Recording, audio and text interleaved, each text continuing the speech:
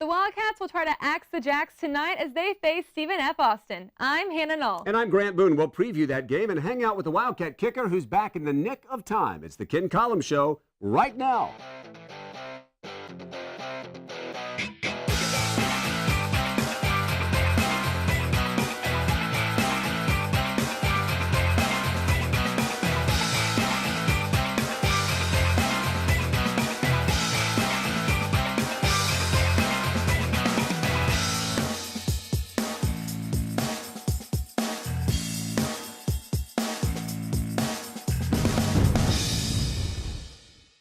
Welcome to week 4 of the Ken Collums Show from the JMC Network studios at Abilene Christian University. I'm Grant Boone alongside ACU junior journalism major Hannah Knoll and the head football coach at Abilene Christian, Ken Collums. For the second straight week, the Wildcats went down to the wire before losing by 3 in overtime to HBU. Coach, after a tough loss, do you want your players to immediately put that behind them, or do you want them to hang on to some of that frustration to fuel the preparation for the next week? What's the way you prefer it? Well, we always talk about taking stock of where you are, and where you are is a result of things that have happened to you and experiences. And in the game of football, we always talk about the rearview mirror versus the windshield. The rearview mirror is way smaller, and you can't keep looking at it or you're going to end up in the mesquite trees at some point. But you need that. And you have to value that. But sooner or later, you got to focus on the big picture.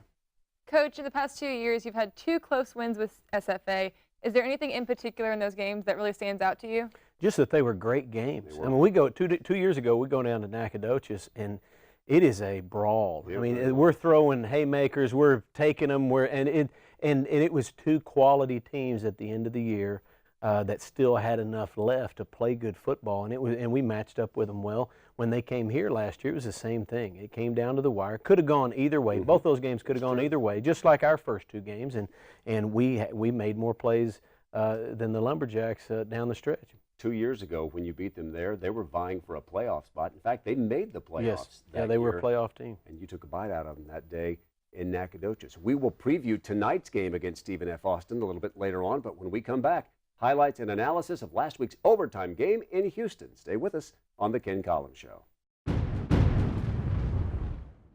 During the last season for ACU at Shotwell Stadium, we're looking back at some of the great moments at the home of the Wildcats. In today's final shot, we take you back to October of 2004 against Angelo State when Danielle Manning was a one-man wrecking crew, a 91-yard kickoff return for a touchdown in the final 2 minutes of the first half, and a 44-yard fumble recovery touchdown in the closing minutes of the game to give the Wildcats a 29-25 victory over the Rams. Well, last Saturday night in Houston, 60 minutes were not enough to determine a winner between ACU and HBU. With a look at the highlights, here's Jonathan Rates. Looking to make it 4 straight wins against the Huskies, ACU got more than they bargained for in an overtime thriller. The game remained scoreless through the first 12 minutes of the first quarter, but a long pass from Tony Dawson to Wesley Lewis set HBU up in the red zone, and Terrence Peters finished the drive with a 7-yard run to give the Huskies the early 7-0 lead. ACU wasted little time responding, though, as they took the ball 75 yards in 7 plays, and redshirt sophomore Dallas Seeley found JUCO transfer DJ Fuller from 23 yards out for Fuller's 3rd TD reception of the season. Senior Parker McKenzie then found Dylan Douglas in the end zone for the 2-point conversion and the 8-7 lead. Over the next 15 minutes, each team traded blows, but neither could muster any points until Dawson broke off a long run down the right sideline and found himself with a 4-yard rushing touchdown on the ensuing play. Trailing 14-8, the Wildcats maneuvered themselves close enough for a field goal attempt with 1 second left in the half. As time expired, redshirt junior Nick Grau sent the kick through the uprights to cut the HBU lead to 14-11 at halftime.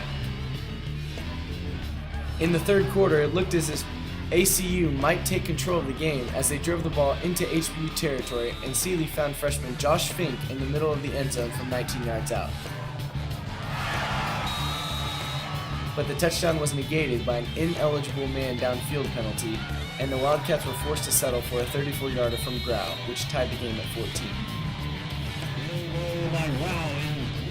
However, with 1 minute and 3 seconds left in the third quarter, the Huskies broke the deadlock with a 2-yard touchdown run from Peters after a 43-yard pass play set them up with first and goal. It wasn't until the 7-minute mark in the fourth quarter that ACU eventually answered with an 11-play, 83-yard drive, where Seeley's original 8-yard touchdown run was again negated by a penalty.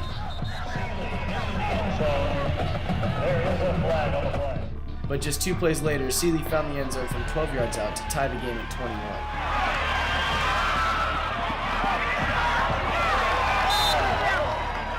The Wildcats would have a shot to win with 56 seconds left, but Grau's 37-yard attempt was blocked, forcing overtime. In overtime, ACU received the ball first and was unable to convert a first down. But Grau's third field goal of the night gave them a momentary 24-21 lead. The lead was indeed short-lived because on HBU's first offensive play of overtime, Dawson found Lewis from 25 yards out for the victory. Okay, Jonathan, thank you. 27-24 in overtime, the final. Coach, you scored 52 points, rolled up 550 yards of offense against Northern Colorado. A lot of confidence for this offensive unit going into the game against HBU. And then you sputtered a bit, not of moving the ball, but in terms of scoring. How much did the penalties, especially in the first couple of quarters, impact the flow of your offense? Yeah, we were able to be productive as far as moving the ball, getting first downs. We did okay on third down, but the penalties, we had 7 false start penalties throughout the game, and it's hard to function when you keep taking a step back. And a lot of 2nd and 2s became 2nd and 7s. Yes. It just changes the way you call Yes. everything, doesn't it? Yes, and we were not sharp, and there were certain reasons for that. We had to put that into perspective. All of last year in 11 games, we had 7 false start penalties, and we had 7 in one game last Saturday night. So that was disappointing, and it makes it hard to be consistent. You can still, you can rip off chunks for first downs, but if you're constantly taking a step back, it does make a difference. And then on the other side of the ball, defensively, generally speaking, you played well for the whole game. More than half of their 360 yards, which is not a big total, more than half of them came like on 5 plays. What was going on those plays that allowed for them to go deep on you? Well, sometimes they were great plays that they made, but more times than not, we were a little bit out of position. And with our eyes in the backfield a little bit too much, just paying attention to what we call the drama, a little too much drama in the backfield that draws you in a little bit, and then they hit you over the top. So we did a fine job on third down, but we were inconsistent as a defense. And by and large, when you look at our game, all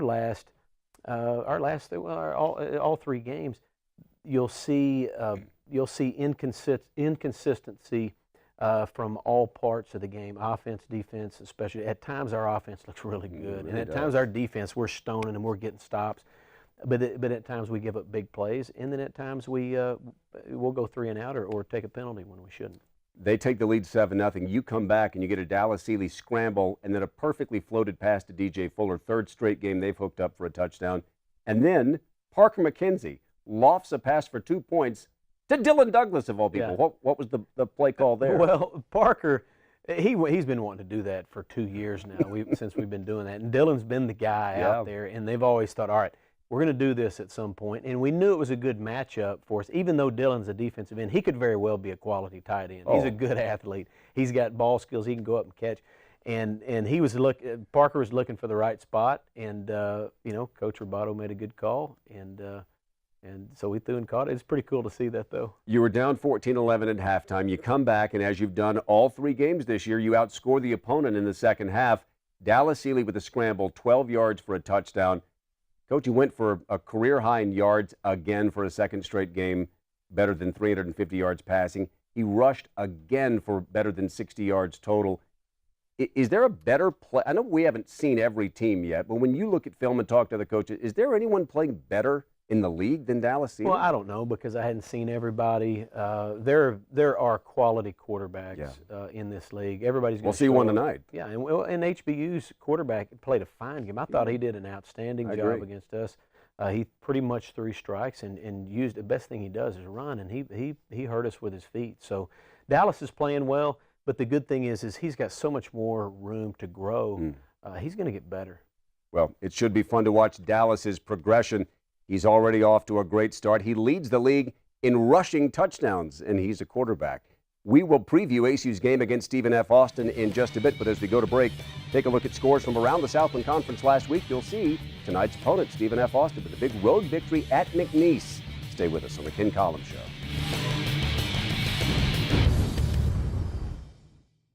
We're back with more of the Ken Collums Show. While ACU football plays in Nacogdoches tonight, the other sports at ACU have also hit the road. Here's Max Preston with a look at more ACU sports. Thanks, Hannah. Volleyball participated in the Owl Classic in Florida this weekend, where the team lost to 4 different teams. The women came close to a win against UT Rio Grande Valley, but fell with a 3-2 set score. Sophomore J.C. Smith and freshman Amanda Chappa were named to the all-tournament team, as Smith recorded 41 kills and Chappa earned 59 digs. The women were scheduled to begin conference play Thursday against Texas A&M Corpus Christi. Soccer won its first conference game for the season, defeating Texas A&M Corpus Christi 4-0 Saturday. Senior Kelsey Roberts scored her first ever college goal in the game, while Leslie Snyder, Megan Bayer, and Chelsea Reedy scored the other 3 goals. Junior Chloe Pfeiffer also put up 2 assists, giving her 5 assists on the season and putting her at first in the Southland Conference in assists. This starts the women off with a 1-0 conference record and moves them to 2-6-1 overall. The team will next play Nichols State on Friday. The men and women's tennis teams were active this weekend, with part of the men and women participating in the Midland Racket Club Invitational, while the rest of the men went to the New Mexico State Invitational and the rest of the women went to the Greater Cincinnati Invitational. Standouts for the men included Paul Demansky and Hunter Holman as they went to the doubles championship in New Mexico, while Josh Sheehy and Henry Adams got singles wins in Midland. For the women, Aaron Walker and Whitney Williams won the Midlands double championship by a score of 8-6. The men and women will both have this weekend off. The golf team participated in the Jim Rivers Intercollegiate Tournament in Louisiana and finished 12th as a team. Junior G.K. Morrison finished the best for the Wildcats at a tie for 23rd. Senior Ryan Beatty finished next best by being tied for 43rd place.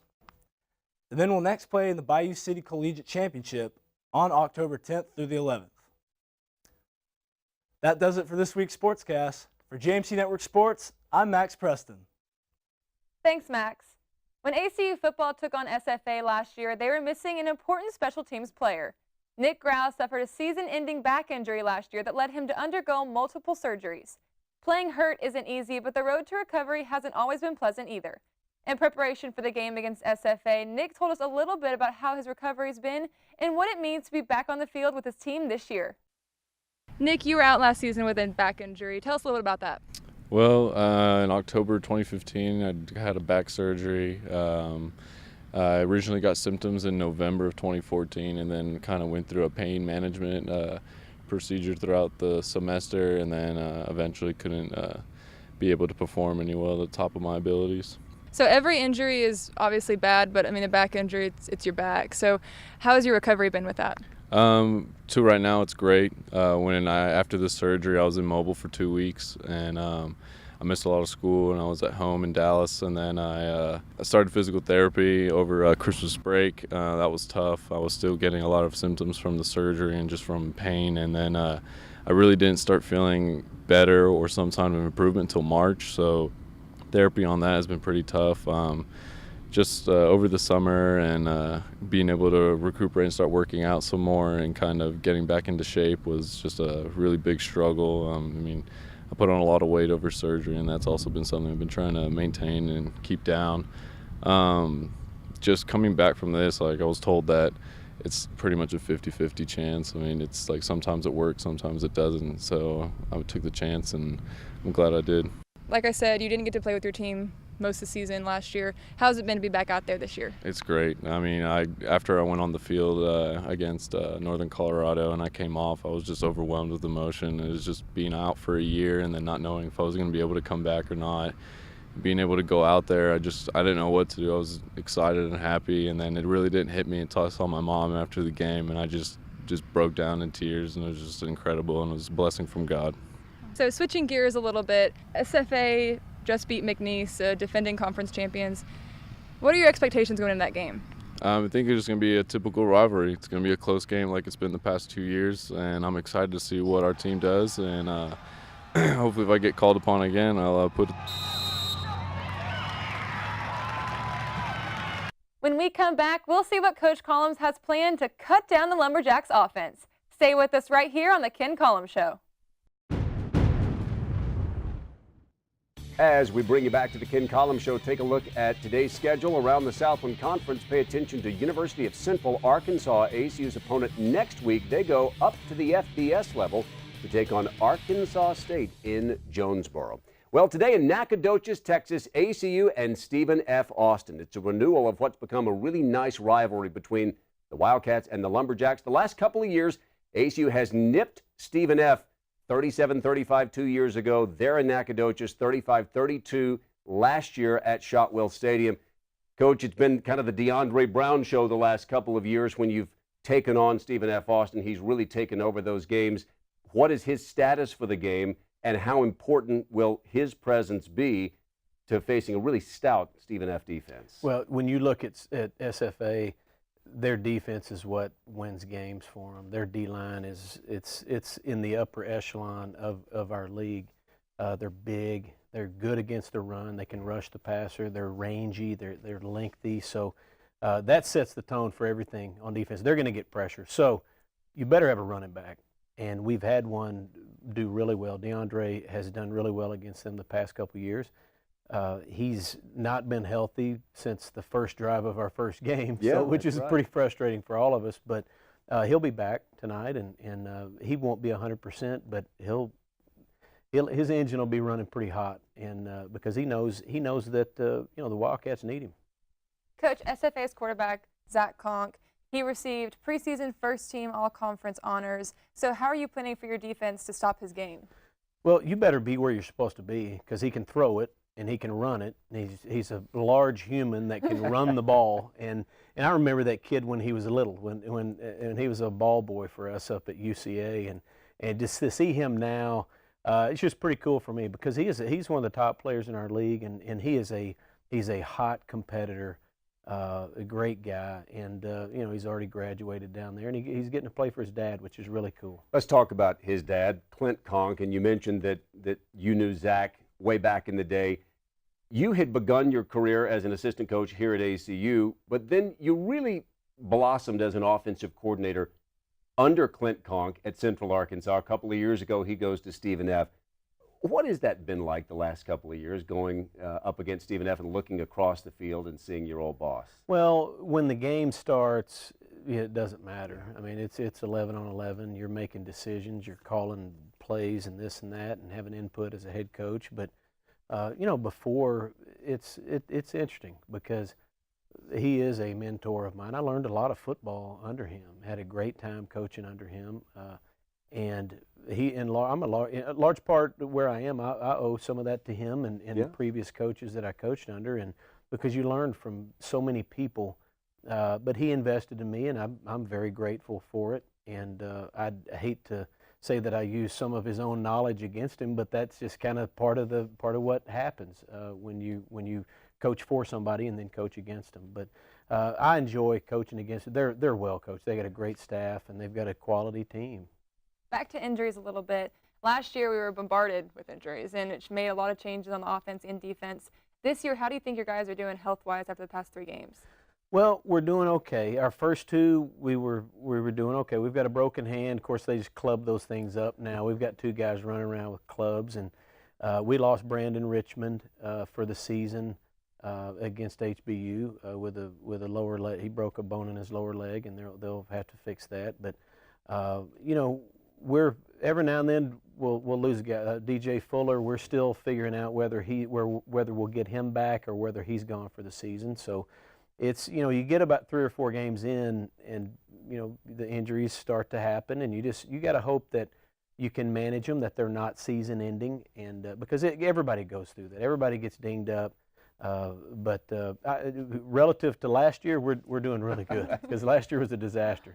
Well, tonight, ACU and Stephen F. Austin should be a great game. You've got Stephen F., which comes in 2-1 1 overall, 1-0 in the conference. ACU looking for its first victory in conference to even their conference record at 1-1. 2 great games the last 2 years, and tonight should be another good one. It'll be ACU and Stephen F. Austin, Nacogdoches, Homer Bryce Stadium, 6 o'clock kickoff, 5:30 pregame show on the ACU Sports Network. That's 98.1 FM, The Ticket in Abilene, and online at acusports.com. For the second consecutive week, my broadcast partner is going to be John Layfield, a former ACU All-America offensive lineman. For Hannah Knoll and for Coach Ken Collums, I'm Grant Boone. Thanks for watching the Ken Collums Show. Enjoy the game, and we'll see you next week right now.